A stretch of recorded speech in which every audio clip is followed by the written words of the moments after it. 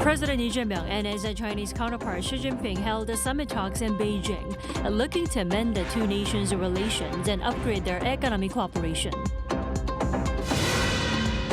Also in Beijing, the South Korea-China Business Forum took place on Monday for the first time in 9 years, where the two sides discovered much common ground to collaborate in the fields of economy, smart manufacturing, cultural exchanges, and more. Following the dramatic capture of Venezuela's President Nicolas Maduro, the country's interim leader has issued a dovish message to the U.S. as the Trump administration continues to project force and the possibility of further military action. The summit between the leaders of South Korea and China has just ended in Beijing, with a focus on key cooperation, including the economy and North Korea. Let's go live to our Blue House correspondent Yoon Jung-min, who is in the Chinese capital. Jung-min, what is the latest?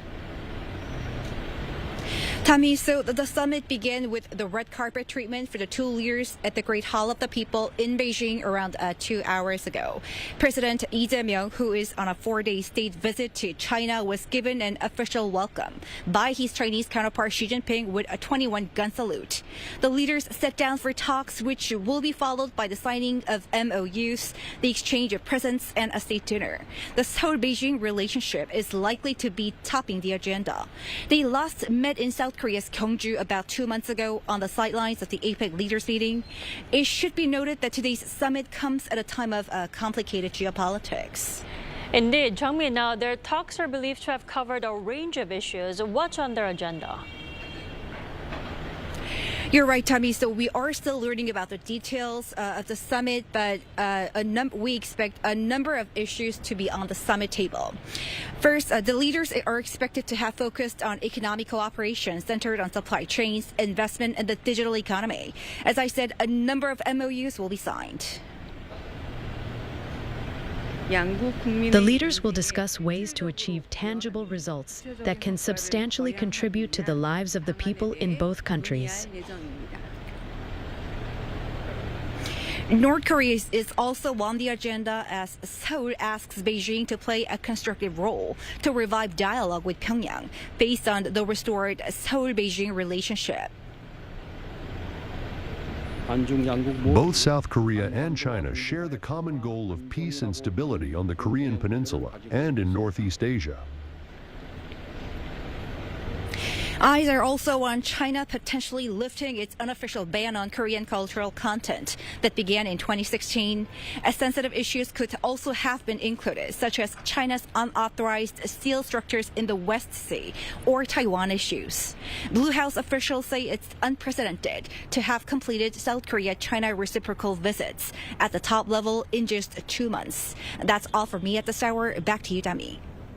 All right, that was our Yoon Jung-min live from Beijing. Now, staying in Beijing, ahead of his summit agenda, President Lee Jae-myung attended a bilateral business forum earlier today, where he called for boosting economic cooperation in the existing areas and beyond. Our correspondent Song Yu-jin follows this report from Beijing. At the Diaoyutai State Guest House, where South Korea and China negotiated establishing diplomatic relations 34 years ago, President Lee Jae-myung called on the two countries to join hands and open a new chapter in economic cooperation. 오늘의 한중 협력도 산업 혁신과 안정적 공급망을 통해 서로의 강점을 잇고 각자의 시장을 넘어 새로운 기회를 함께 열어갈 수 있도록 해야 합니다. President Lee made the remarks during the South Korea-China Business Forum on Monday, the first such event in 9 years. Addressing some 600 business leaders from both countries, Lee urged them to help, quote, set sail a ship of Seoul-Beijing cooperation, describing China as an inseparable and valuable neighbor. Emphasizing the need to keep economic ties intact regardless of political circumstances, Lee cited the historical example of Pyeongnam-do, an international port of Korea's Goryeo Kingdom that facilitated trade with China's Song dynasty. 외교적 긴장과 갈등이 있었던 시기에도 평란도를 통한 교역과 교류는 중단되지 않았다는 사실입니다. 이러한 지속적인 교류는 동아시아의 안정과 번영, 나아가 평화 질서 유지에도 중요한 역할을 수행했습니다. Looking ahead, the president highlighted two promising areas for future collaboration. First, sharing expertise on applying cutting-edge technologies such as artificial intelligence to manufacturing, which could help both countries address structural challenges, including green and digital transitions and aging populations. Second, expanding cultural exchanges to deepen mutual trust, attract investment, and open new markets. The neighbors already share a close trading relationship, with China being South Korea's largest trade partner and South Korea ranking second for China, with annual trade volume totaling around $300 billion. Attention now turns to the South Korea-China summit on Monday, where discussions are expected to focus on economic cooperation and a series of memorandums of understanding will be signed. 송유진, Arirang News, Beijing. The interim government in Venezuela is now calling for cooperation with the Trump administration, following the latter's strikes and seizure of its leader, Nicolas Maduro, this past weekend. Our foreign affairs correspondent, Oh Seong, has the latest. Venezuela's interim leader has asked for a balanced and respectful relationship with the United States, as Washington warns there could be boots on the ground in the region. This came on Sunday local time as Delcy Rodriguez appeared to bow to US pressure, writing on Telegram that it is her priority to move towards a balanced and respectful relationship with the United States. She invited Washington to work together for cooperation that is aimed towards shared development. This strikes a different tone from her first speech as interim leader, during which she condemned the, quote, brutal use of force by the US in capturing Nicolas Maduro. As Maduro's vice president and oil minister, Rodriguez had previously defended the regime against accusations of terrorism, drug operations, and stealing the previous election. However, instead of Nobel Peace Prize winner Maria Corina Machado, who is seen as a likely interim president candidate, the Trump administration is willing to work with Rodriguez for now, reportedly impressed by her technocratic background in the oil and energy sector. Trump has said if Rodriguez does not do what is right, she is going to pay a very big price, probably bigger than Maduro. While Washington hasn't specified how it will run Venezuela, Secretary of State Marco Rubio has said that the US would leverage its oil blockade on the country to drive political changes, including in governance, to meet the national interests of the US and the interests of the Venezuelan people. Rubio, at the same time, denied that Washington needs Venezuela's oil, saying this is not about securing the oil fields. On broader questions regarding America's involvement in foreign affairs, especially with Trump's long-time pledge to reduce US military presence around the world, the US leader said the country is not afraid of boots on the ground. When asked Sunday about a possible military operation against Venezuela's neighbor Colombia, Trump said it sounds good. Now, we have a very sick neighbor. It's not a neighbor, but it's close to a neighbor. And that's Venezuela. It's very sick. Colombia is very sick, too, run by a sick man who likes making cocaine and selling it to the United States. And he's not going to be doing it very long, let me tell you. Trump also said he offered to send troops to help Mexico tackle its drug cartels, but that the Mexican president is afraid. As for the fate of the captured leader of Venezuela, a spokesperson for the Southern District Court of New York said Maduro and his wife Celia Flores are scheduled to appear before a federal judge at noon on Monday. Oh Seong, Arirang News. On Sunday, North Korea test-fired hypersonic missiles into the East Sea, with the leader Kim Jong-un overseeing the launch. Park Chun-han has this report. North Korea on Sunday fired hypersonic missiles toward the East Sea, with its leader Kim Jong-un personally overseeing the exercise. This was confirmed by South Korea's Joint Chiefs of Staff and North Korea's state-run Korean Central News Agency. South Korea's Joint Chiefs of Staff said multiple missiles fired from near Pyongyang at around 7:50 a.m. Sunday were detected. The projectiles traveled approximately 900 to 950 kilometers before falling into the East Sea between Russia and Japan, with Japan's Ministry of Defense reporting 2 ballistic missiles. The U.S. Indo-Pacific Command also acknowledged the launch, saying it posed no immediate threat to U.S. personal territory or allies, while reaffirming Washington's commitment to defending the homeland and regional partners. Korean Central News Agency on Monday described the event as a hypersonic missile launch training exercise aimed at evaluating the readiness of its hypersonic weapon systems and verifying operational capabilities.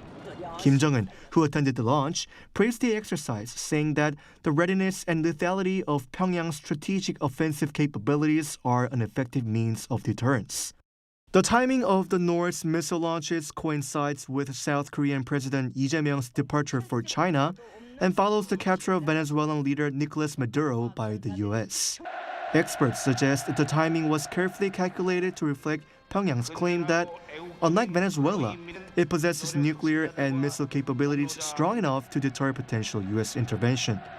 Sunday's missile launch marks North Korea's first ballistic missile launch since November last year. This is also the third since the start of the Lee Jae-myung administration.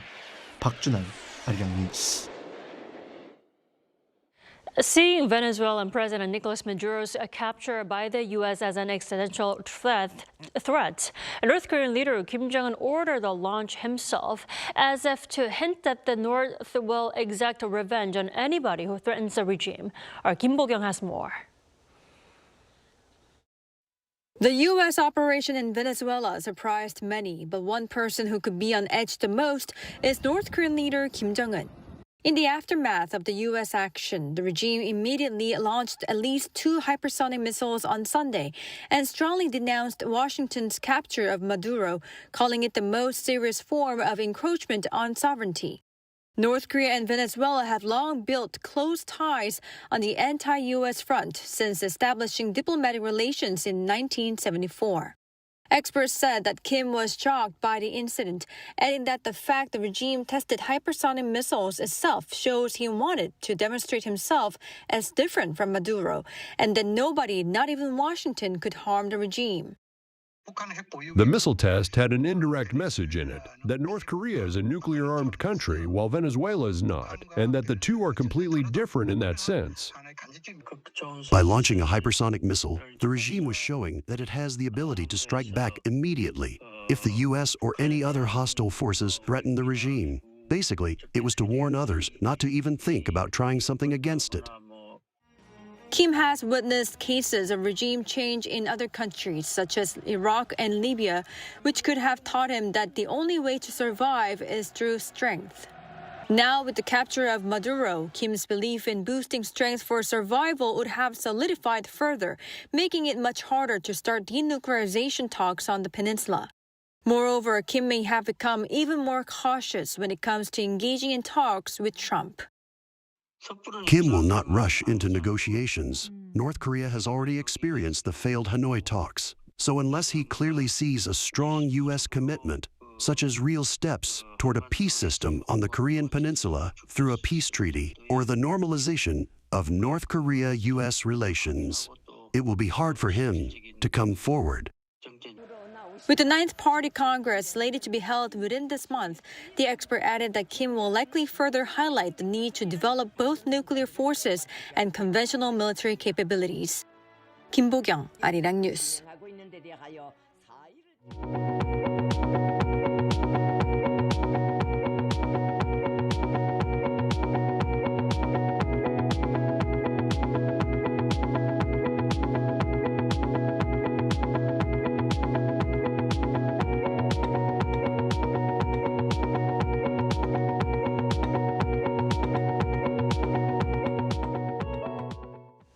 The South Korean benchmark KOSPI surged past the 4,400 mark on Monday, buoyed by strong gains in chip makers, Samsung Electronics and SK Hynix. Cha Yun-kyung reports. The South Korean benchmark KOSPI soared past the 4,450 mark for the first time on Monday. The index surged sharply in early trading and closed at 4,457.52 points, while the KOSDAQ closed at 557.50, marking the highest closing levels in about 4 years. Foreign investors were the main force driving the index higher, snapping up shares worth 2.1 trillion won, or $1.45 billion US dollars. Chip giants Samsung Electronics and SK Hynix posted notable gains among heavyweight stocks on the KOSPI. Samsung opened at 93.26 US dollars and surged in early trading to touch an all-time high of 95.02 US dollars before closing at 95.66 US dollars. SK Hynix also advanced, closing at $482.13 after touching $485.10 earlier in the day. Samsung Electronics market capitalization stood above $554.4 billion, while that of SK Hynix was above $346.5 billion. The fallout from Saturday's U.S. attack on Venezuela prompted concerns over geopolitical tensions, investor preference for safe haven assets, and potential capital outflows from Seoul's markets. However, the KOSPI shrugged off such worries and secured back-to-back gains. The market is placing more weight on fundamental factors such as improving corporate earnings and a recovery in industrial conditions, rather than on geopolitical issues. In particular, expectations ahead of Samsung Electronics' fourth quarter earnings announcement and CES 2026 are producing expectations that the industry will remain on a strong footing this year. Meanwhile, the won closed at 1,443.8 per dollar in the daytime session, weakening from Friday's 1,441.8, but remaining in the 1,440 range for a second consecutive session. Cha Yoon-kyung, Arirang News. In the U.S., we are counting down one day to the start of this year's trade show by the Consumer Technology Association. And South Korean companies are promising exciting innovations in consumer electronics bolstered by AI. Lee Eun-jin has a preview. The annual trade show of all things tech kicks off the new year. In Las Vegas, CES 2026 gets underway this Tuesday, January 6th, showcasing the next generation of intelligent machines. Organizers of the Consumer Electronics Show expect more than 4,500 exhibitors, including 1,400 startups. And the show is set to showcase artificial intelligence across consumer tech, alongside a heavy focus on robotics and humanoid robots.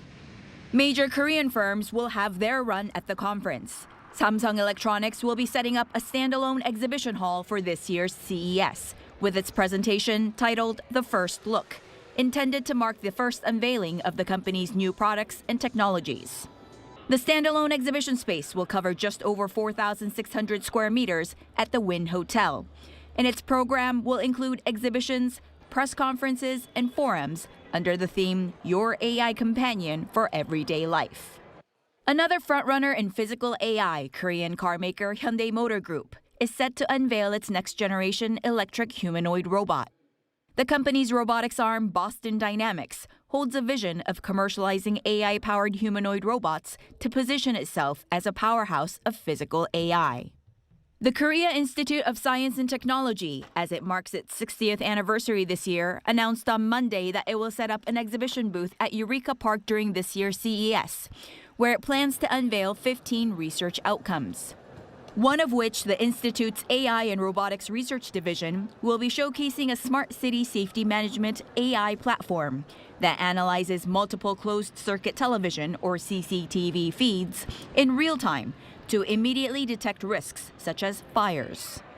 With companies from over 150 countries registered to participate in this year's CES, enthusiasm for the tech fair remains strong from South Korea, with more than 800 Korean companies set to participate. This gives it the third largest national presence, only after the United States and China. Aside from AI and robotics, participating companies will also be displaying the latest in digital health, mobility, and even beauty and fashion. Lee Eun-jin, Arirang News.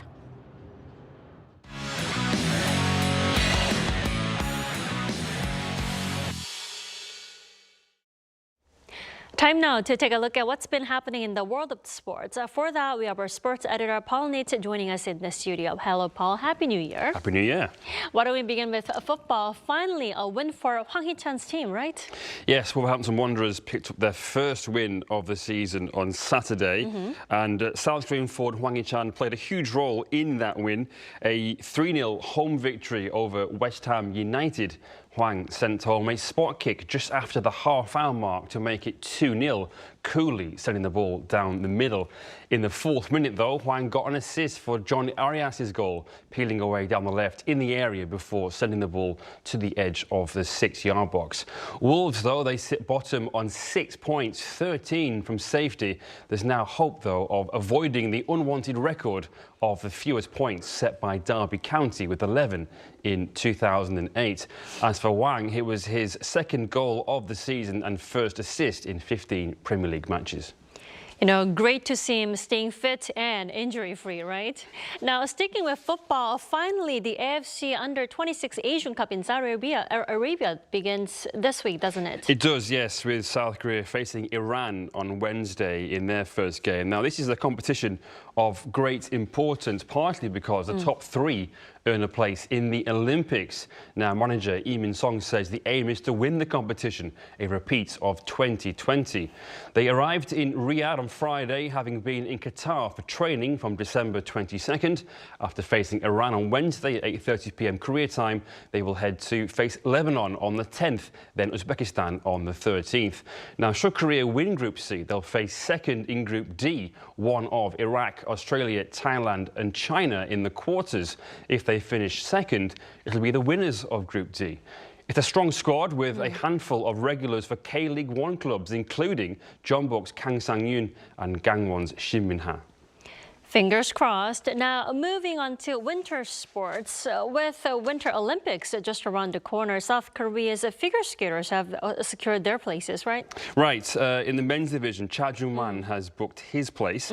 It'll be his 3rd straight Winter Olympics, and his place was secured after winning the men's singles title at the 80th National Championships in Seoul on Sunday. He earned a total score of 277.84, 97.5 in the short program and 180.34 points in the free skate. Cha is only the 2nd South Korean figure skater to head to 3 winter games in a row. He'll be joined by 18-year-old Kim Hyun-kyung. In the ladies division, though, Shin Ji-ah and Lee Hae-in secured their spots. Shin earned a total score of 145.46 points on Sunday, 76.04 in the technical score and 69.42 in the artistic score in the free skate event for an overall score of 219.89. It'll be Shin's first Olympics. As too for Lee Hae-in, who managed an overall score of 196 after something of a comeback performance from the day before. Right. Last but not least, South Korea's ice dance candidates have also been decided, haven't they? They have indeed, yes. The team of Im Hae-na and Kwon Ye. They are also known in the ISU as Hana Lim and Ye Kwan. But also in Seoul over the weekend, they earned a total score of 188.29. They have performed together since junior level, both born in Canada, Lim to Korean parents, while Kwon naturalized as a Korean citizen in 2024 from Canadian nationality and is of Chinese descent. Great stuff. As always, thanks, Paul. I'll see you next week. Thank you. Yeah, see you.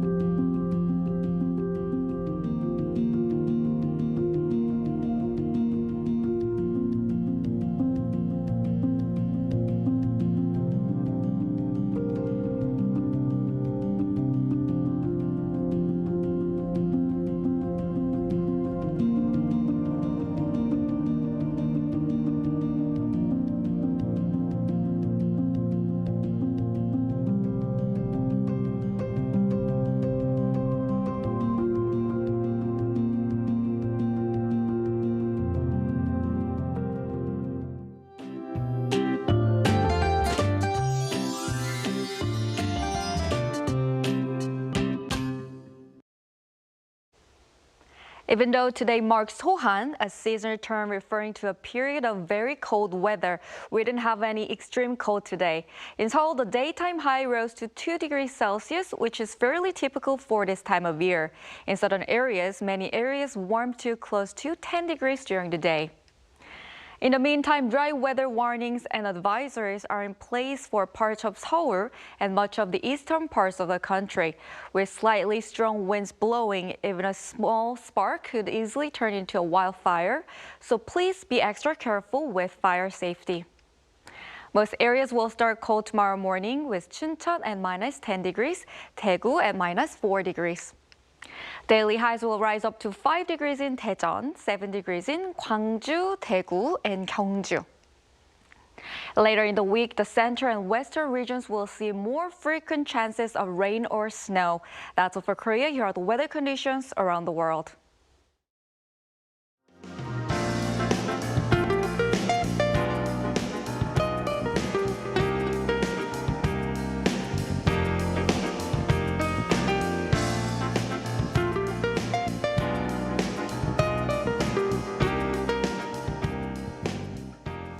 That's all we have for tonight. I'm Kim Dami. From all of us here at Arirang, thanks for watching and good night.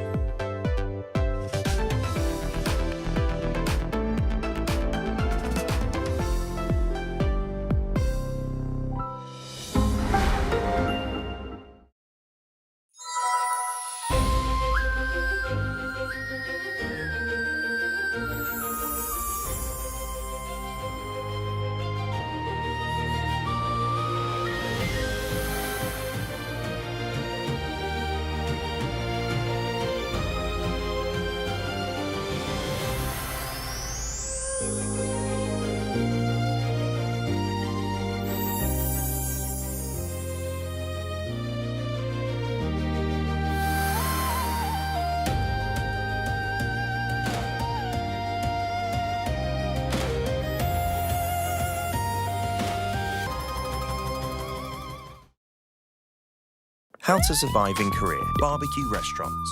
Step 1. Taking care of your clothes. Put your jacket in the plastic bag. Seal it tight. If the stool flips open, store your clothes inside. Wearing light colors, grab an apron. It's the best defense against oil splatter and smoke. Step 2. Bottomless side dishes. Basic side dishes at a barbecue restaurant. Eat, and eat as much as you want. Side dishes come with free refills. Oh, and if you don't see this sign, just ask, 사장님, 여기 밑반찬 좀 더 주세요. Simple, isn't it? Step 3. Grilling meat. There are various kinds of samgyeopsal in Korea. Place the meat on the grill. Turn it over when golden. And again when it looks done. Again and again and again. Step 4. Sam style. You aren't taking bites of sun like a taco, are you? In Korea, we have it in one bite. A pro tip here. Add only as much as you can handle in a bite. Gotta avoid awkward situations. Step 5. Enjoy the perks. After the meal, enjoy the perks offered as a Korean restaurant. Fabric refreshers get rid of the barbecue smell, while mint candies freshen your breath. Did you survive the barbecue restaurant? Hang on. Are you here with someone you want to impress? Then let's skip the garlic. Who knows what will happen?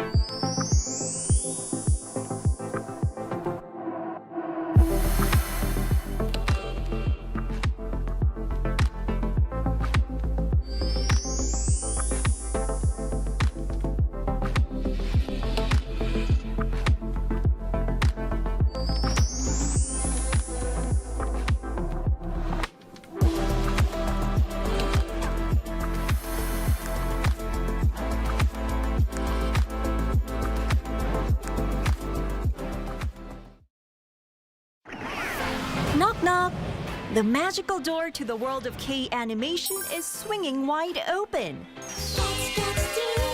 Meet your instant new BFF, the adorable Catch.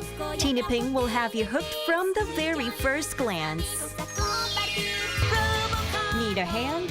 Our Robocar Pony Rescue team is always zooming in to save the day.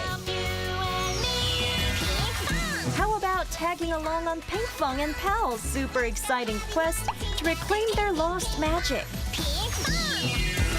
With the mysterious life forms Cabion by your side, you can become a Cabion master and save humanity like the total hero. Protecting children's innocence while igniting their boundless imaginations. That's the magic of Korean animation. K-animation, the ultimate bestie for kids worldwide.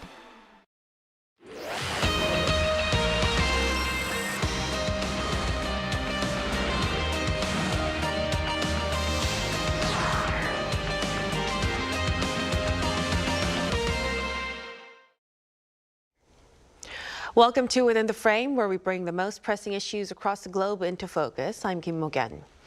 South Korean President Lee Jae-myung has officially kicked off 2026 with a symbolic visit to China, calling it the start of a full restoration in Korea-China ties. In his first state visit since taking office and the first by a Korean president to Beijing in 9 years. In talks with President Xi, Lee emphasized trust, strategic partnership, and a new phase of cooperation from diplomacy and security to economic and cultural ties as well.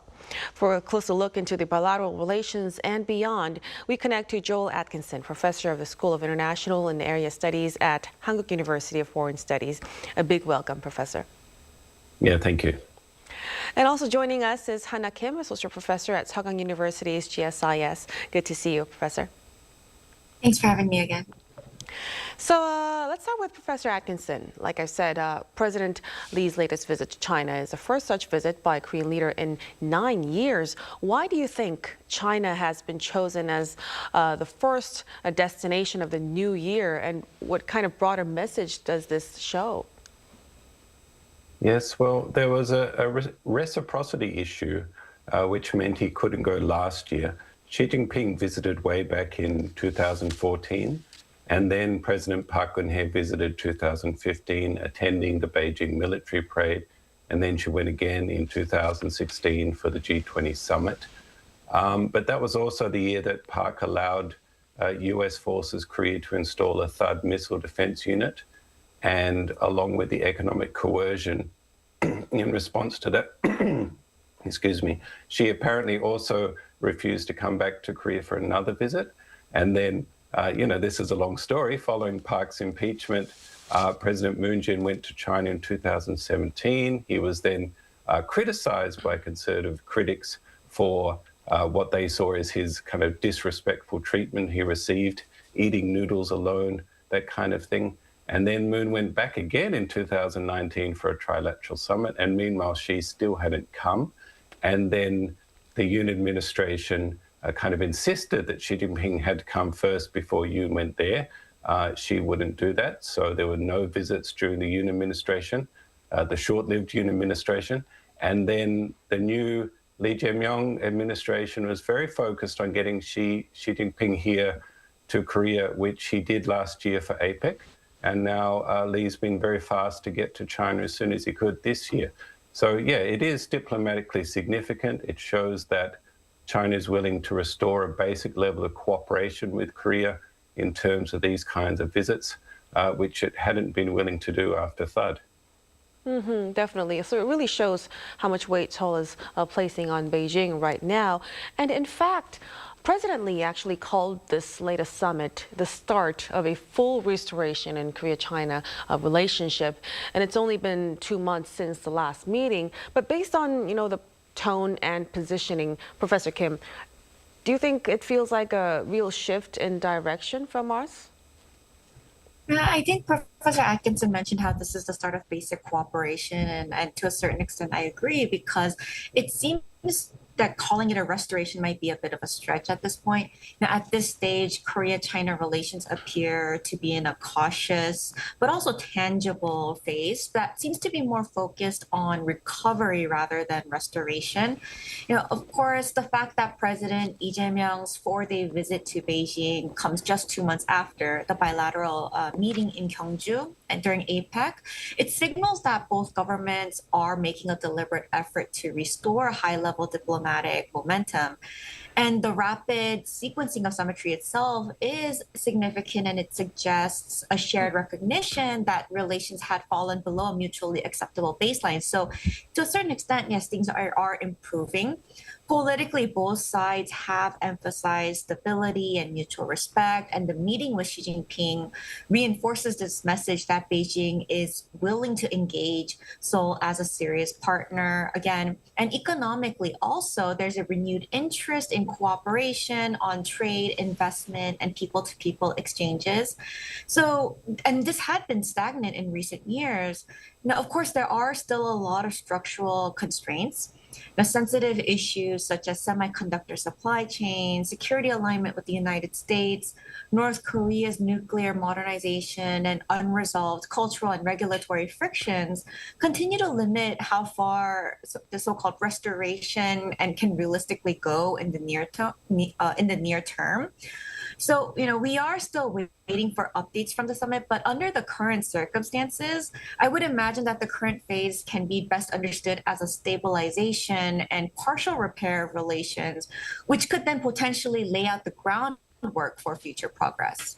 Right, so we're really seeing some progress, some recovery, but still there seems to be a long road to full restoration, it seems. Now, let's move on to the security aspect. Denuclearization was deemed a main issue, but North Korea apparently launched a missile just before the talks. So, Professor Atkinson, what message do you think was Pyongyang trying to send at this time around?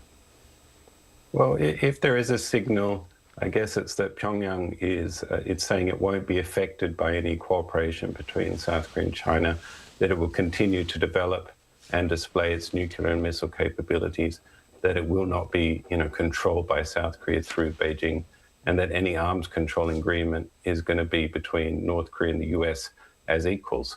So, yeah, none of which is a surprise, of course. But ahead of this latest summit, South Korea's presidential office actually called for China to play a bigger role when it comes to North Korea. Professor Kim, given this latest provocation, do you think Beijing might actually step up? As President Lee Jae-myung's call for China to play a constructive role on the Korean Peninsula reflects a long-standing expectation in Seoul. And I think, considering what we're hearing about the recent updates regarding the summit, we are getting news that Lee Jae-myung mentioned working together for the resolution of the North Korean issue. But still, the likelihood that China will take on a more active role on the North Korean issue, even after the summit, is likely to remain a bit limited. In fact, in recent years, Beijing's position on the peninsula has noticeably shifted in a way that suggests somewhat avoiding the push for denuclearization. For example, Chinese official statements have increasingly downplayed or omitted explicit references to denuclearization, and they have instead emphasized concepts such as stability, crisis management, and the prevention of escalation.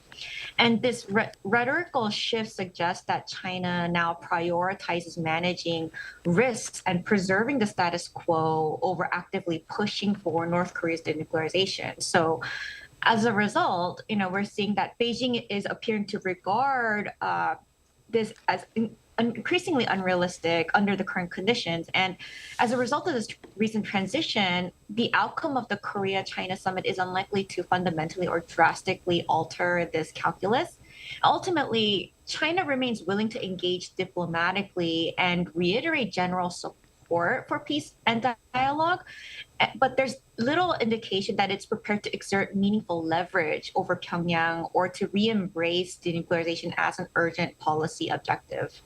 Right, so China's also considering its own interests as well in this aspect. Now, the West Sea structures, China's West Sea structures and Korea's nuclear submarine plans were also believed to be on the agenda for talks.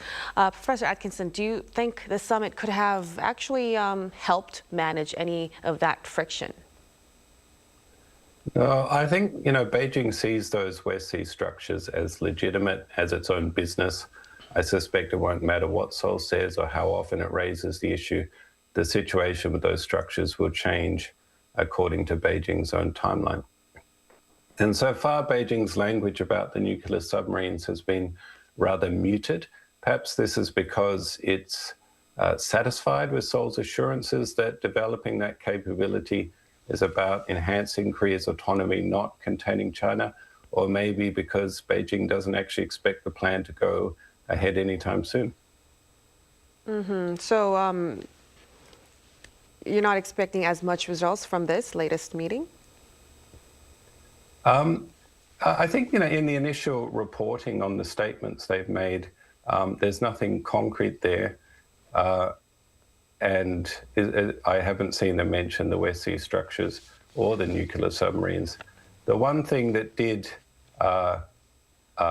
I wouldn't exactly call it progress, but I did see in the earlier reporting that's come out that Xi Jinping talked about, I think it was making accurate and correct strategic choices.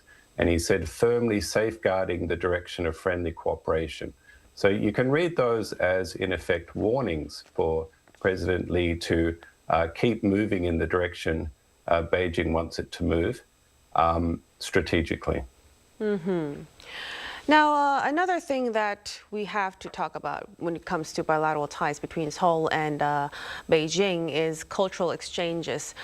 President Lee stressed the need for horizontal cooperation tied to real-life issues. Professor Kim, how likely is it that cultural exchanges will really kind of bounce back to before, and what might get in the way? I would hope that there will be more cultural exchanges, and in many ways, the Korea-China summit can potentially create a more favorable political environment for the gradual resumption of cultural and people-to-people exchanges. That being said, progress is likely to be very incremental and selective.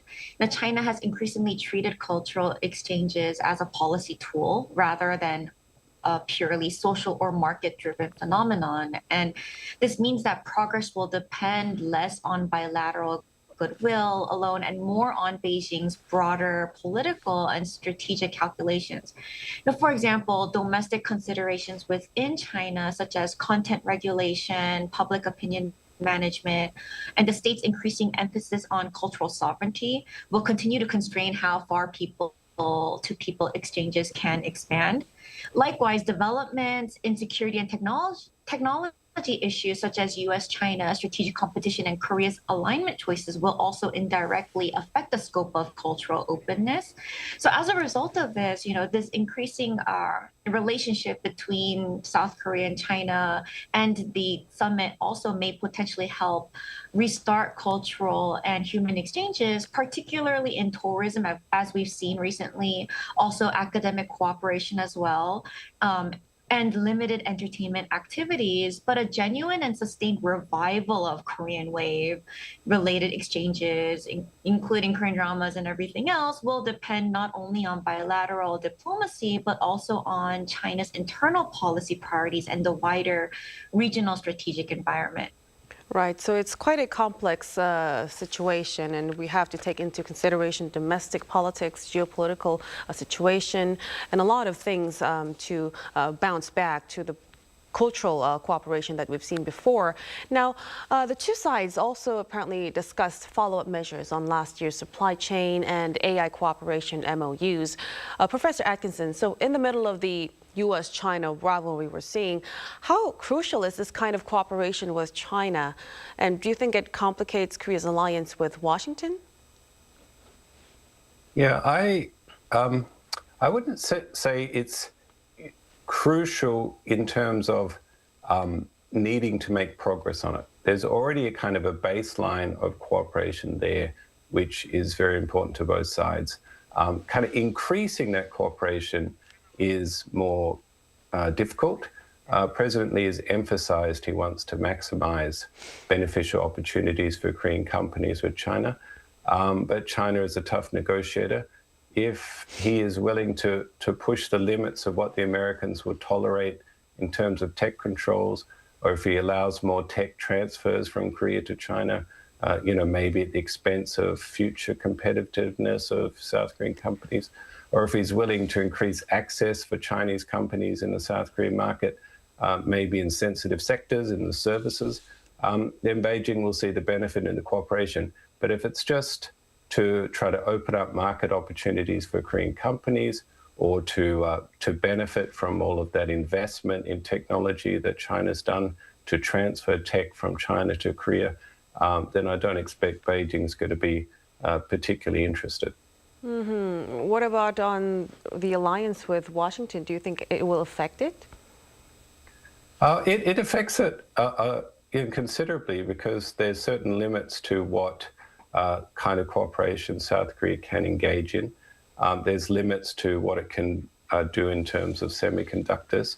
And certainly Beijing will be putting that proposal to the South Korean side that if they want to see more opportunities, more cooperation in other areas, then they need to push harder on the Americans and to allow greater access to some of that technology. Well, Professor, let's also touch upon the sensitive issue on Taiwan and the One China principle. So as for South Korea, it's balancing between powers. What do you think is the most sensitive issue that it needs to handle very carefully at this time? Yes, well, South Korea has a One China policy, which is different to Beijing's One China principle. And so far, President Lee has been careful to maintain that distinction. And this is certainly something that Beijing expects Seoul to manage carefully if it wants cooperation in other areas to continue. And so far, Beijing, I think, has been quite satisfied with what Lee has been saying about Taiwan, especially in contrast to previous President Yoon Suk-yeol and the current Japanese Prime Minister Takaichi Sanae. So, on the other side, of course, is if he goes too far in accommodating Beijing's demands, and if South Korea's Seoul's not seen as contributing to deterring China from using a force or the threats of force against Taiwan, then he will not only hurt relations with Taiwan, which is an important economic partner in terms of semiconductors, etc., but also, it could hurt cooperation with Washington and Tokyo. Right, so really careful calibration will be key as these issues heat up regionally. Now, finally, before we conclude our discussion tonight, Professor Kim, how do you think can South Korea improve ties with China without undermining its security cooperation with Washington and Tokyo?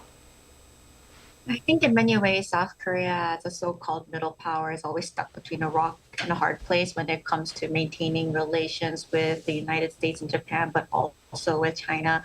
And so as of the current situation and the current environment, as South Korea works to improve relations with China, it should pursue a principled and transparent diplomatic approach rather than one based on strategic ambiguity or ad hoc balancing, which we may have seen in the past.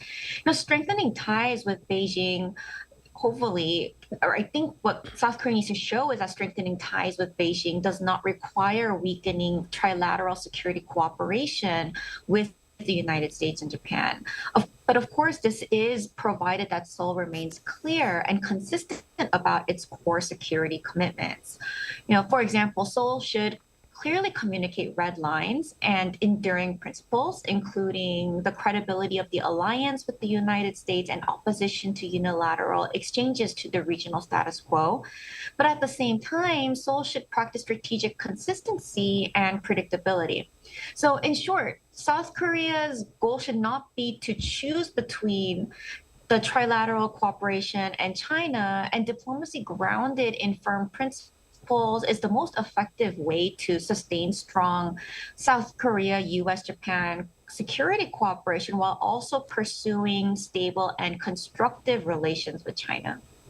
Right, so South Korea is really walking a very fine line, and how it moves forward could really shape the region's balance for years to come. We'll be keeping close eyes on the developments moving forward. But as for now, we'll have to conclude our discussion right here. Many thanks for your insights, Professor Kim. Thank you so much. And of course, Professor Atkinson, we really appreciate it. Yeah, thank you.